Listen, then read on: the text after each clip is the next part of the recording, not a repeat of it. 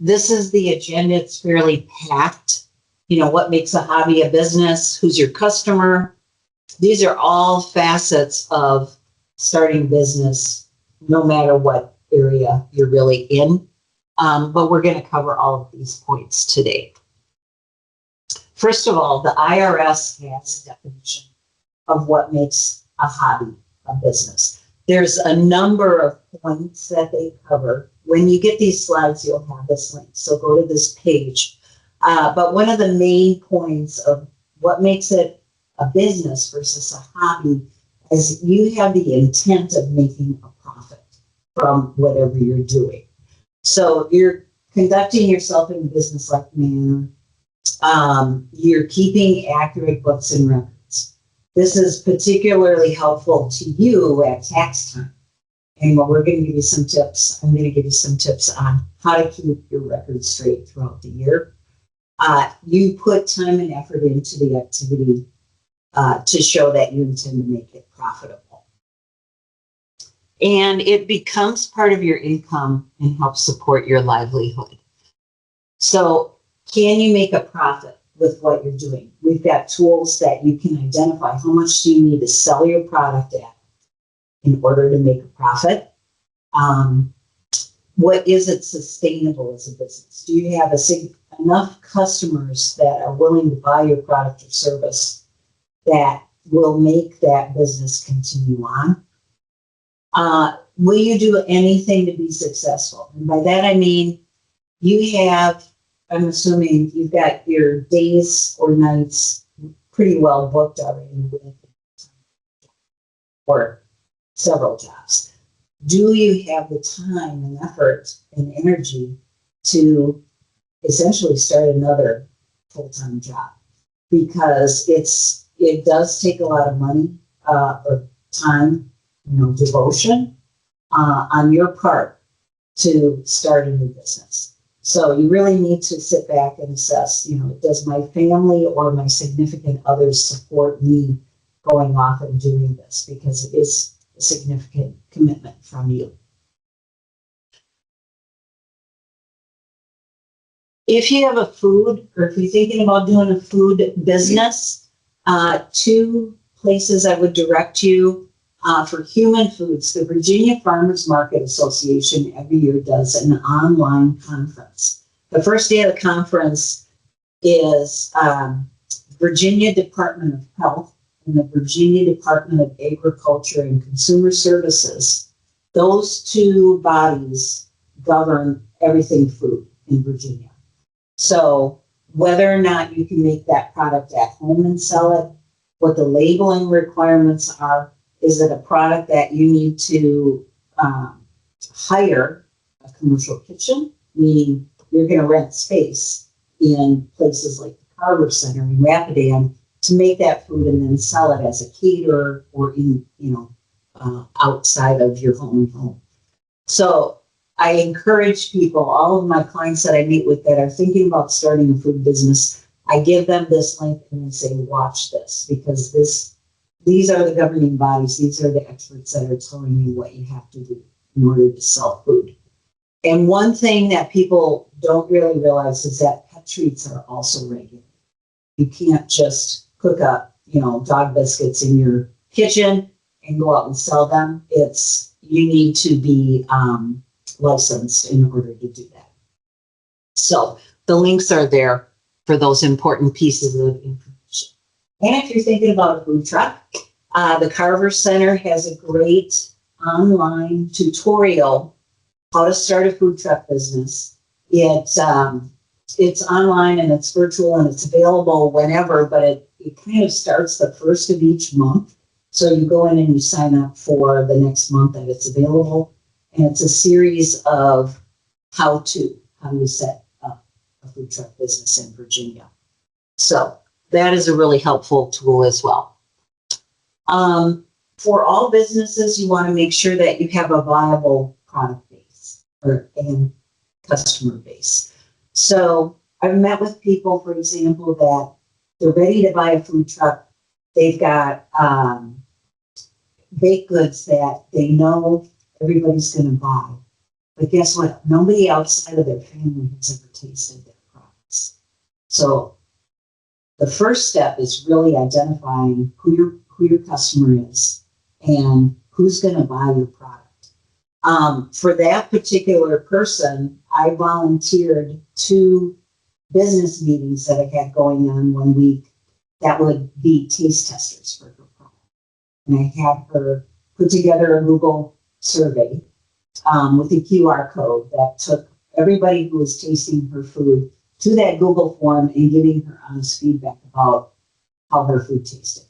And guess what? It didn't taste very good. And we were honest about it, because the worst thing is to tell somebody, oh yeah, it tastes great, and they go out and they spend $20,000, $40,000 on a truck, and their business is done in 3 months.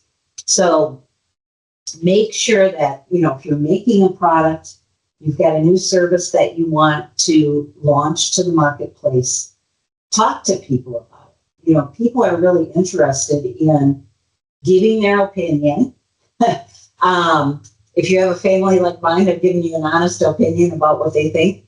And so, do surveys with people. We feel at the SBDC it's best to do those in person, but there are certain surveys you can do online through Reddit, through social media, to identify gaps in the marketplace that need to be filled with a new product or a new service.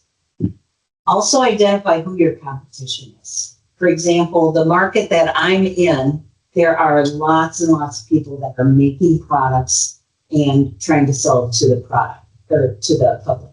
So, you could still enter the market with your product if it's unique, if it identifies a specific niche that you want to sell into. What makes you different and interesting to the market and causes people to buy your product over someone else's. So identifying those things, you need to talk to potential customers and then also look at who your competition is right now.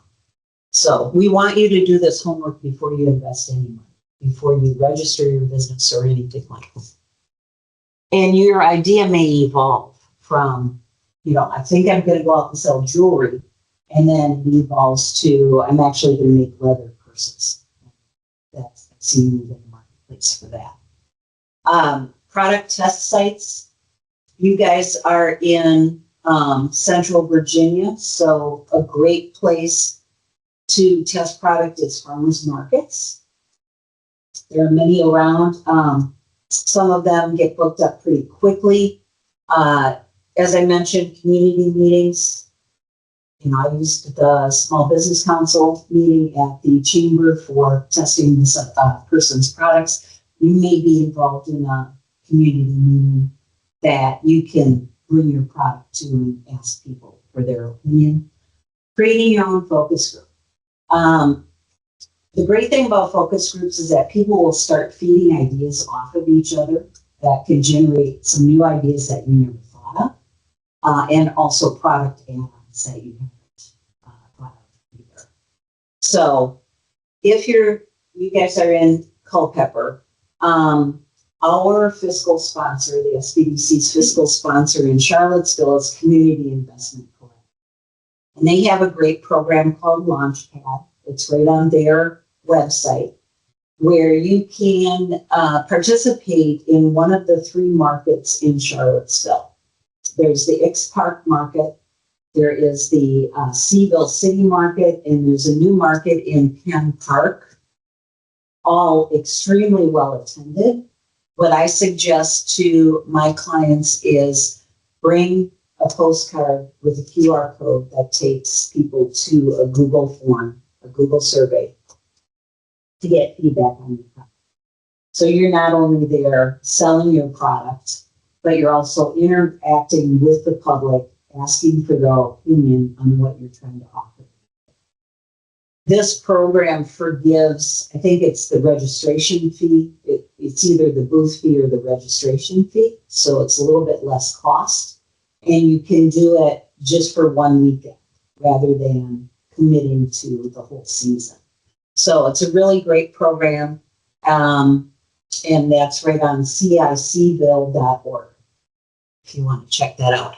The markets run, they're ending right now, and then they'll start up again. I think it's in April. So from April to November, you have a window of opportunity to showcase your product there. Understand that your products, your customers' preferences will change. We saw a big pivot during the pandemic. As everybody knows, the restaurants that pivoted from indoor dining to home delivery survived. And that was kind of a forced change of preference. But that's an extreme example of, for example, my products, what sold last year in volume is not selling so well this year, but there are other products that are. So having a variety of products also is one thing that I would recommend. You want to identify a niche. You're not going to be all things to all people. If you thought you could be, your marketing costs would use up all of your profits. It's very expensive to get the word out, even with digital marketing and social media. So, focusing on a niche and identifying where that customer niche lives will determine your marketing methods. If you're a business selling to other businesses, you definitely want to be on LinkedIn. If you are selling to the consumer market and you're using social media, you want to be on Facebook, Instagram, and or TikTok. It's going to make your marketing much more effective because as you identify, let's say you're selling to men age 50 to 65, it's going to identify, what kind of images you use in your marketing, where you market, if you're buying ad space, where you buy that ad space, etc. We can help you identify what your niche is and where that group of people live. Business planning. A lot of people I talk to say, I don't want to do that, but it can be a lot of fun. It is not always your big traditional 40-page business plan. We don't want to see a 40-page business plan. 12 to 18 pages is great if you're going for a loan, but we have 1 and 2 page business plans that you can use to get your business up and running. A couple of the formats that we use at SBDC, you may have heard of Business Model Canvas is a 1-page business plan. It identifies, who's your key customer, who are your strategic partners, what's your method of distribution, very, very targeted information in that 1 page. Growth Wheel is a system that we use at SBDC that's online. Looks at all 20 segments of a business and identifies what you need to work on within the next 30, 60, 90 days. That's available to you.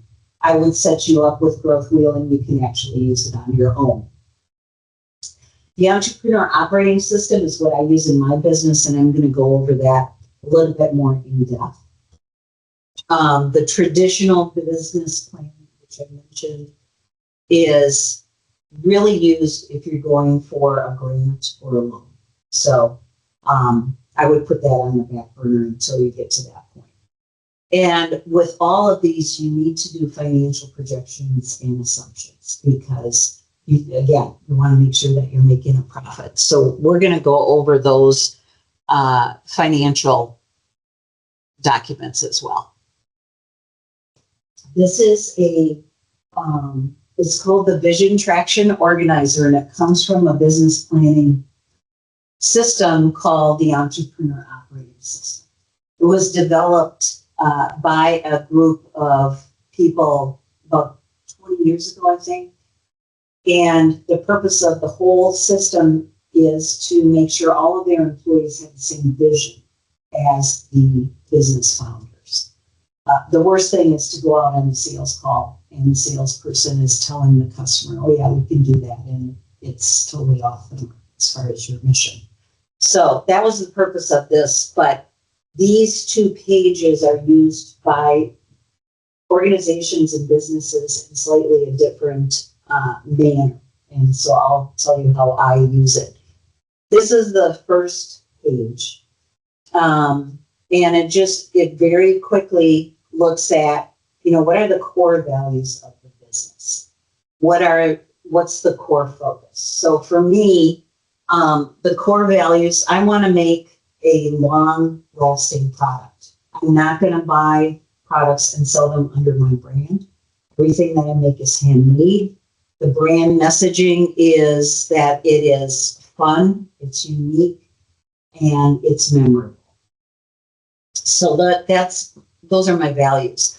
My focus, I do a lot of work with equestrians. So I make products that sell into that market, and I call them horse adjacent products because they may be towels that you use in your kitchen, but they have horses on them. So that's my 10-year target. I want to be fully retired, so I kind of discard that. But for you, you may say, I want to sell my business in 10 years. I want to have full distribution internationally. I want to have 5 stores in Virginia, and I'm a silent owner of those. Whatever your 10-year target is, that's up to you. There's no right or wrong. It's what you want to achieve with your business. Your marketing strategy, again, SBDC can help you develop your marketing strategy, but you're identifying who your target market is. What are the 3 things that make you unique compared to your competition? What's the proven process? So, for example, for me, my proven process is connecting with people at craft shows and then offering custom products. And that's really helping grow my business. The guarantee is that it's going to be made in Virginia. It's going to be a unique product for the client. From there, I drill down into what do I look like in 3 years? Where do I want to be with the business in 3 years? What are my revenue goals, profit goals, and what are the things that I'm measuring when I get to 3 years? And what does it look like? Do I have employees? Do I have a brick and mortar store? Have I evolved into a new market? So again, whatever is right for you. That page, so again, business plan in 2 pages. Where do you want to see yourself in 1 year? So for you, if you took this today, you would look at November 18th, I think it is, 2026. How much do you want to be selling? How much profit do you want to make? And what are the measurables? So what are the goals for the next year? The rocks are things that you need to do that will take you over 3 weeks, over 21 days to accomplish. So starting a website, hiring a social media marketing group,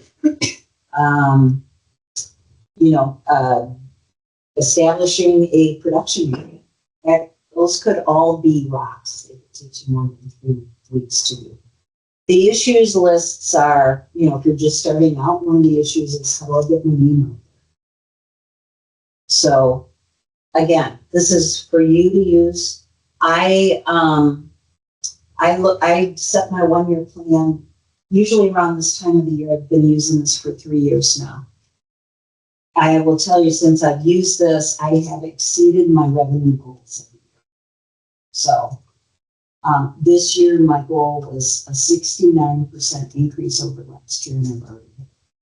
So I would say business planning works. Keeping yourself on track and keeping yourself accountable works. And I also want to say, give yourself grace. You've got big plans for your business, but it takes time, and you're not going to get it done in 1 month. So if you have setbacks, if things happen in your life that delay the plan, it's okay. You'll get it done eventually, or, your plans will change. So don't beat yourself up. This is a big process. The first thing we recommend people do is a personal budget. We have these templates at SBDC. We'd love to give these to you to make sure that you have the ability to invest money in this new business, because 9 times out of 10, it's going to take some money. You're going to self-fund your business. So these are really handy sheets to have where you can fill out, where's my income coming from? What are my monthly expenses? Often we forget some of these monthly expenses. And so it's handy to have something like this to lay out what your, monthly expenses are. And then it does summarize it on another tab. We do the same thing for business cash flow. We are projecting what we're going to be making by month. So my business, I am heavily weighted in the last 4 months of the year because people are buying gifts. And January, February, I'm not selling a lot. Mother's Day, I sell more. So I am learning what my cash flow, my income is as the months go by. Learning from experience on, how those months lay out. And then looking at where is the money going outlay. So I work from home. Some of these categories don't apply. For example, rent. There's no rent involved in my business. So a lot of the product costs are my main costs when I do my cash flow projection. And as you increase your sales, typically your expenses are going to increase as well. The break-even analysis, we talked about profit, making sure you make a profit. That is connected here with the break-even analysis. The sheet can be very confusing the first time that you see it, but basically it's telling you how much do I need to sell in order to cover my costs that don't change. So your indirect costs are the costs in your business that you're going to pay no matter if you sell anything or not. So, for example, if you have a website that costs you $39 a month, you have to pay that whether or not you're selling it. That's a fixed cost. The analysis over here is kind of a what if. If I sell my product at $10 per unit, how many units do I need to sell in order to cover those costs? And conversely, if I sell 500 units, what's the minimum price I need to sell it at in order to cover my costs? So that's the break-even analysis. You can do it on, if you have 2 or 3 products, you can do it by product, or you can do it on an aggregate.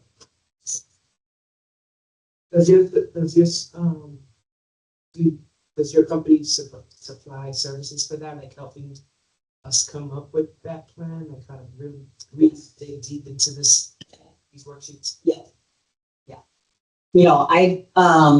I've had people, so I do a lot of food and craft. And I was actually researching prices for jars. This woman was selling salsa, where she could buy jars in bulk and reduce her cost. And she was just going and buying them on the shelf retail. So we do this analysis right there and try to come up with some cost savings methods. Okay. Startup costs, really, if you are thinking about moving into a brick and mortar store, that's where you would really concentrate on this sheet. The sheets that we send you from SBDC include all 3 of those, the cash flow projections, the break-even analysis, and the startup costs are in 3 separate tabs of the Excel spreadsheet that we send. So if you're not doing this, you can just ignore this sheet. So Don't forget your financial and business planning. Honestly, it'll really help you build your business and keep you on track. That looks like the final slide, but it's not. Okay, funding. Everybody likes to talk about funding. Honest, like I said before, you're going to self-fund. We have an advisor with the SBDC that says, have your customers fund your business. And he said it in jest, but it's true. As you grow your customer base, they're going to actually fund you to grow your business. You can get funding from friends and family. I would recommend that you treat that as a business transaction. If you're, let's say you have a family member who wants to invest in the business, you really need to lay out the terms of that investment, how they want to be repaid, if they do want to be repaid, and you want that agreement. And you want to partners or investors. You may have somebody who wants to do a very similar business, and you get along well. You have complementary talents. For example, if that person likes to do accounting and you like to do marketing, that's a great fit. So again, partners and investors, you want to have a written agreement, especially if they are a good friend. You want to, if God forbid you end up splitting up, you want to part on good terms. Loans and grants. For startups, there are not many grants. Loans, I'm going to talk about a couple of grants that are available for startups, but honestly, when I say you're self-funding yourself, that is 90% of the businesses out there are self-funding. You can do pitch competitions. Culpeper has pitch competition here every 2 years. However, it's for brick and mortar or food trucks located in the town of Culpeper.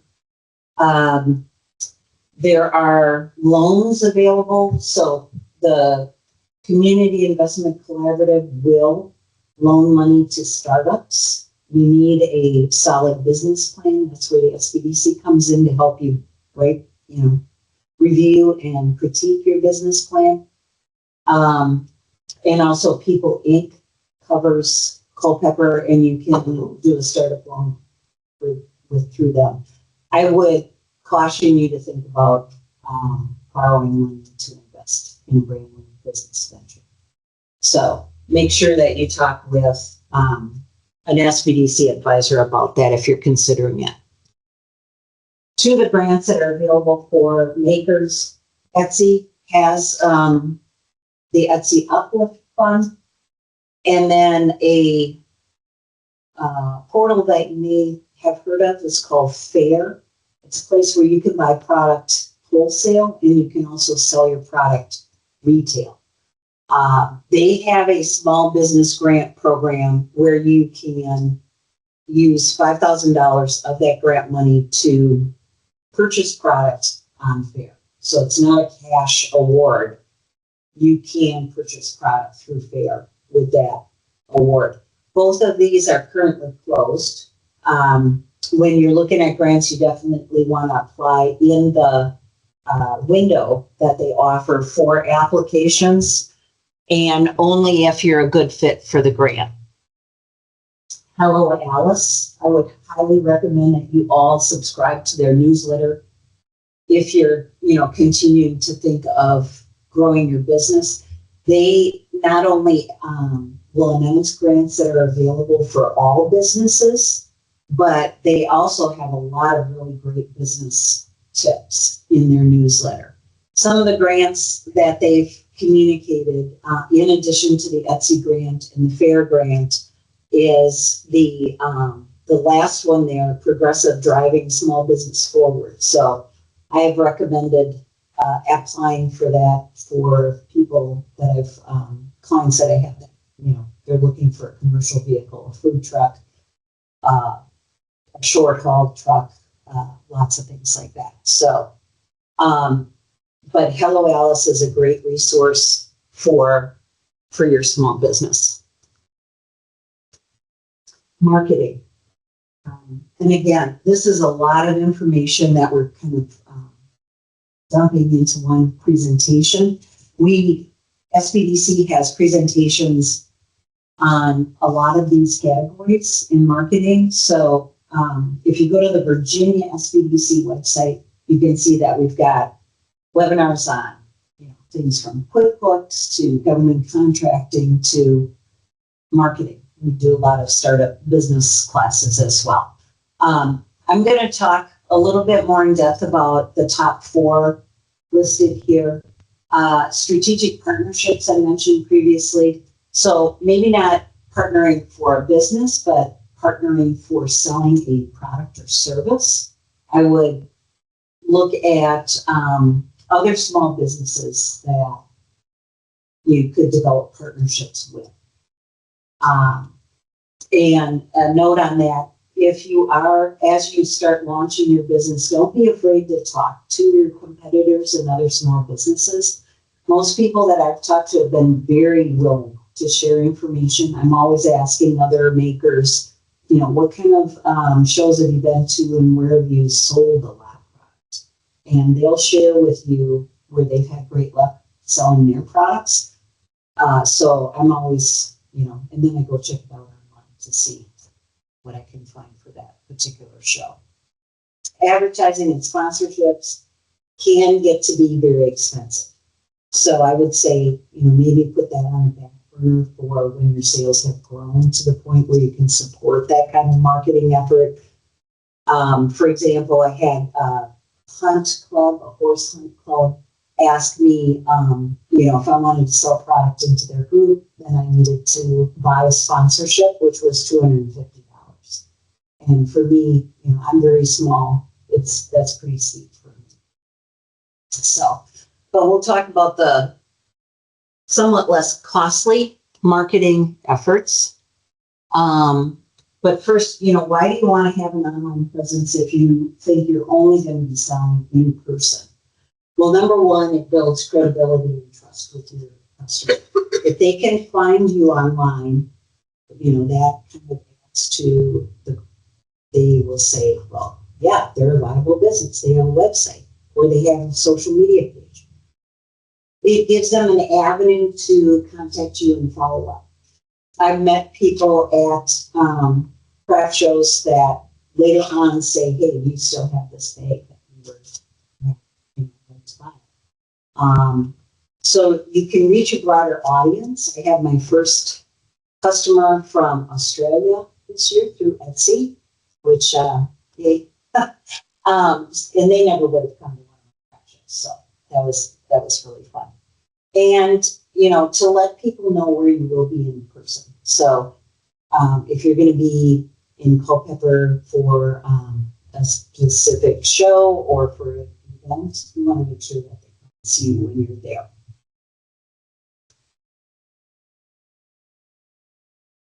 If you are selling into a consumer market, the typical avenues will be Facebook, Instagram, and TikTok.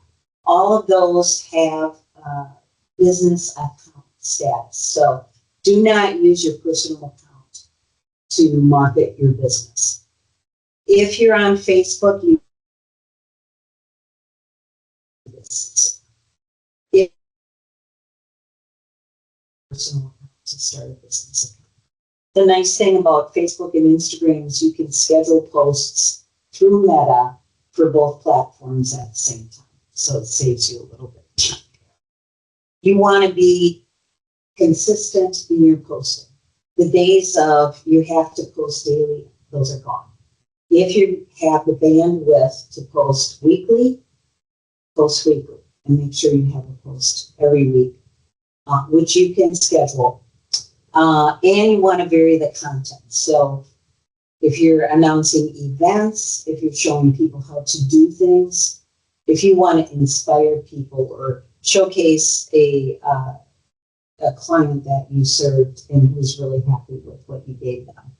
Those vary the content. It's not the same thing that people will see every time they go to your social media platform. So that's very basic kind of rules about how to handle social media. There are also tools that you can use in marketing. Loomly is a scheduling tool for social media. So if you are using Facebook, LinkedIn, and TikTok, you can schedule those through Loomly and do the same post, and it'll switch the formatting of the post to apply for each platform. Adobe has a full suite of marketing tools. One that's very similar to Canva, so creating content, is called Adobe Spark.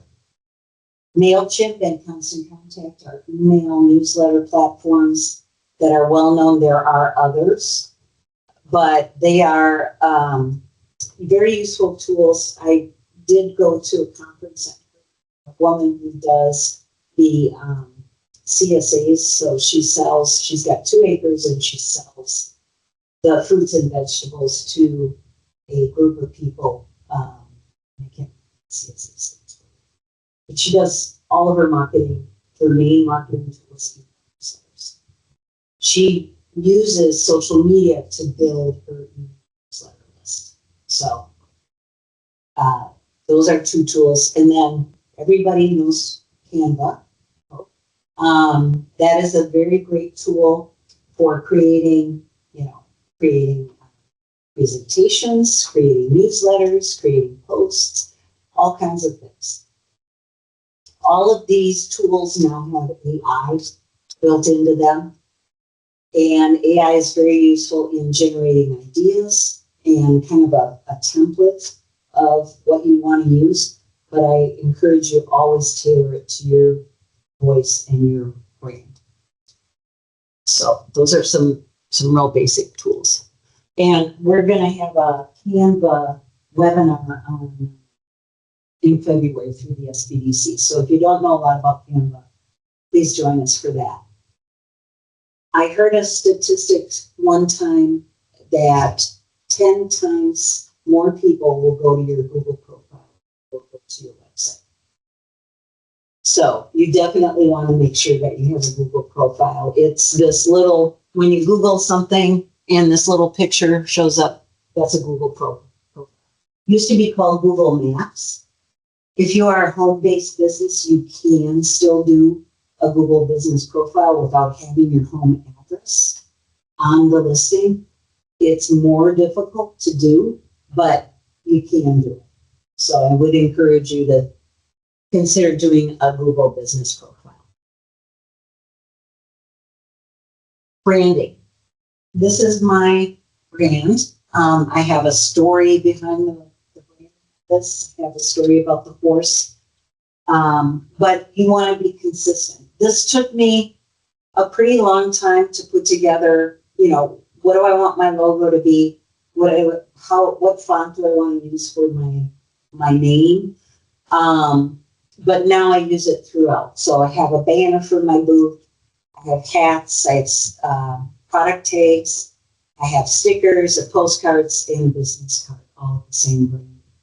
I have people ask me, well, what about having like an umbrella company and then different products under different company names?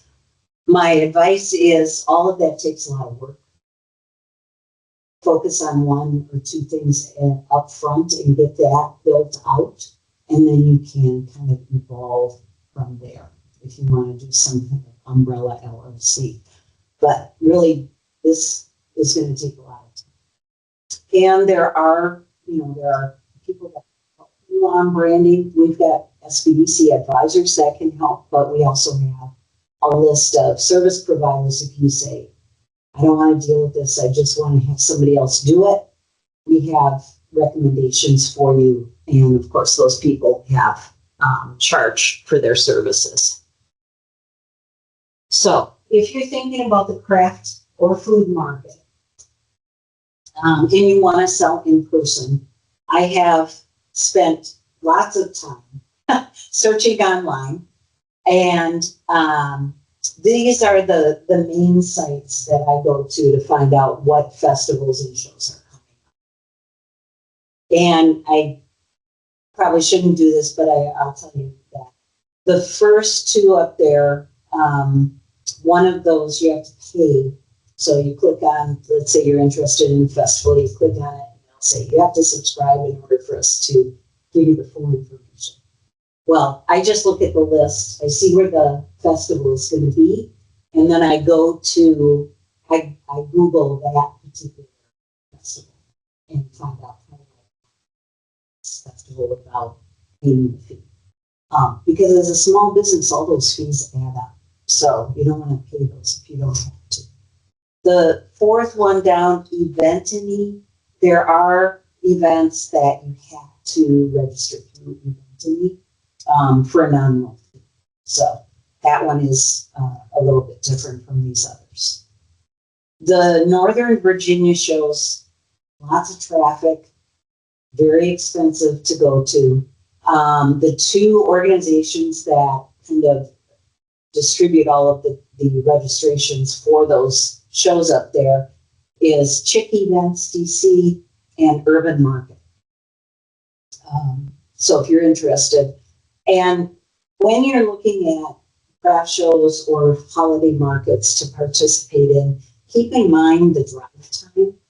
I booked a show that was 3 hours away from my house. It was a 2-day show. As a result, I had to book a hotel. I had to, buy dinner for myself in between, and I ended up not making any money. The show business expense. So I won't do that. So that's another thing to think of when you're looking at these shows. I would also check with, I'll give you an example. Greentown has a blackberry festival, and I had called them to see if they had any booths left. And they said, well, what products do you make that have blackberries on them? I said, I don't really have anything. And they said, well, this is not the show for you.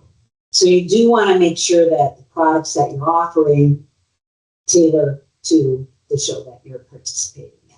So I look at a lot of horse shows. I talk to the horse show organizers to find out, are people like just moving their horse and getting them on the trailer and getting out of there, or are they kind of shopping around and, looking at vendor booths? And if they are looking at vendor booths and my products seem to, tailor with the group that's going to be there, then I'll pay to participate in the show. So, selling online, Etsy is probably one of the biggest online sellers of both products. Well, not so much services, but they will, like, you can go on there and buy a logo. I will say I did that, and it wasn't a very good logo, and I didn't use it.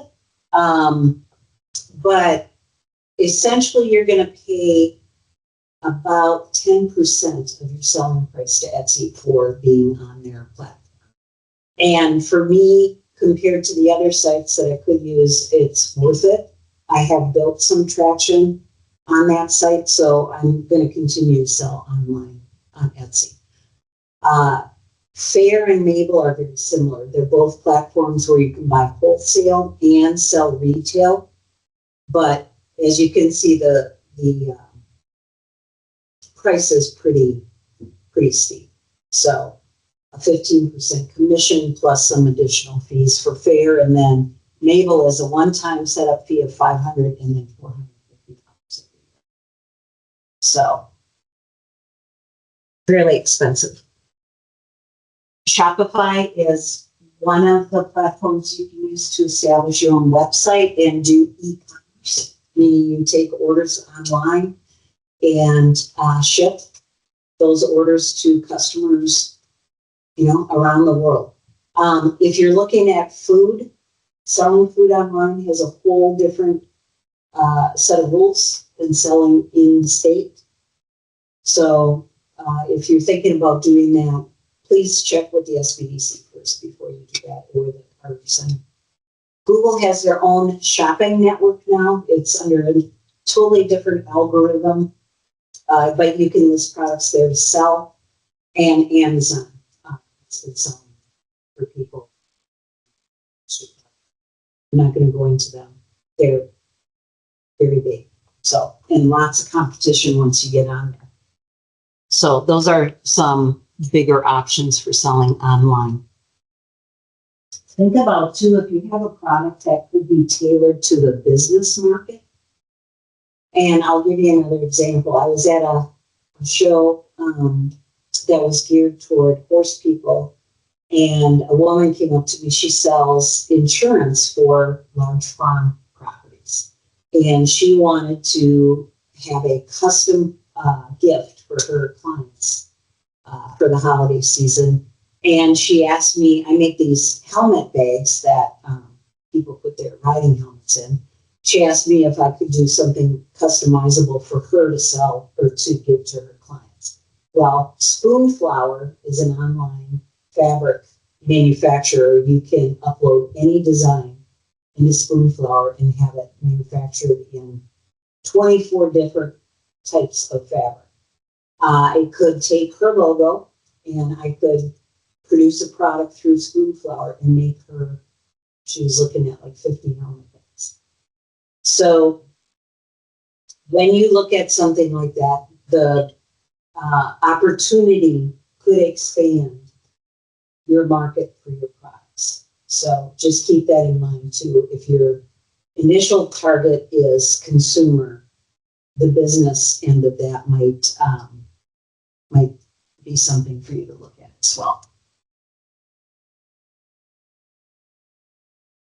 I keep a schedule of my shows. What you don't see on the back end of this schedule is I also track how much the fee was to be part of that show and how much money I made at the show. And the actual products I sold at that show. If I didn't make a lot of money at that show, it's not going to be on my schedule in 2026. The last thing you want to do if you are, all these shows are going to cost you money to participate, is to book 2 shows on the same day. And that's the other reason why I keep a schedule. Because you don't want to spend the money where you don't have to.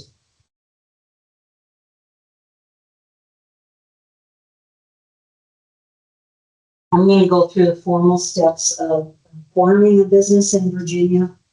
And we cover this with almost all of our clients through SBDC. So the first thing is to choose a business name. There's a lot that goes into a name. You want to make sure that the name is available in Virginia. So you go to the Virginia State Corporation Commission, the SCC, and see if the name is available. So the link is right there for checking if the name is available. If it is, then you want to choose your legal structure. You can start a business as a sole proprietorship. On the website, it is called a fictitious entity. It costs $10. You would also do that if you want to reserve a name. If you're not sure if you want to really start a business, but you know that you want to use that business if you want to start a business, then you would create a fictitious entity for $10 under that. There's no continual fee for keeping that name. You can also start an LLC. So you can skip the sole proprietor fictitious entity step, and for $100, you can immediately establish an LLC with that. You will need a registered agent for an LLC. You will also pay a $50 renewal fee every year for your LLC. If you don't pay that, the name will lapse and it will become inactive. 68% of all businesses in Virginia are LLCs. And then the next big bucket is sole proprietor. You're really not looking at corporations until you're looking at hiring a lot of employees or having multiple locations.